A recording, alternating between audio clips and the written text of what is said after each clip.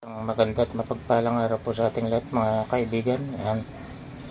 Ngayon po i-update ko lang po kayo sa pipino.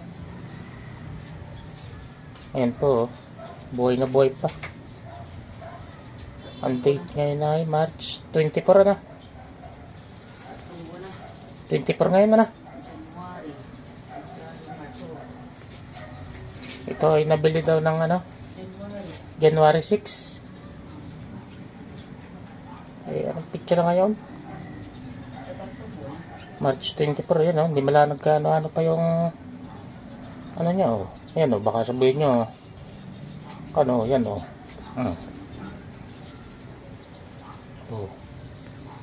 ito pa rin yung pinagkagatan ng nagkano lang siya. Yan pa rin yun ang tigas pa wala pa siyang palatanda na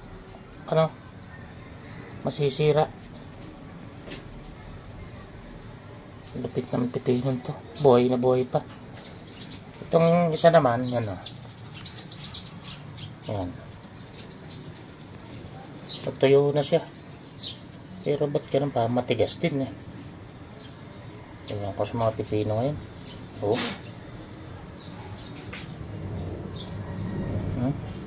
Tuyo lang siya ng konti, pero na rin, matagal-tagal na rin to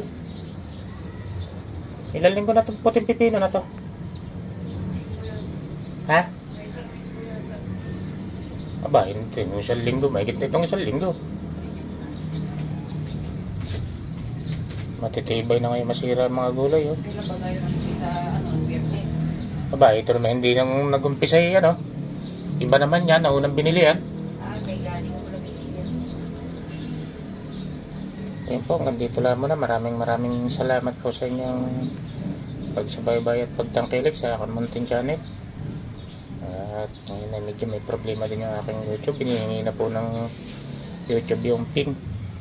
Kaso pinupunta ko po sa office, wala pa daw po Ewan kung ba't ganun. Gusto ko uling balikan. Hindi po, nandito lang muna. Maraming salamat po sa inyong lahat. At yan yung dalawang pipino. Sabi ng aking bayaw si Brad J. Mahina ay malapit na daw maging antik ang pipino na yan dahil matagal masira. Maraming salamat po, at sa sunod bibigyan ko po kayo ng update sa gulay.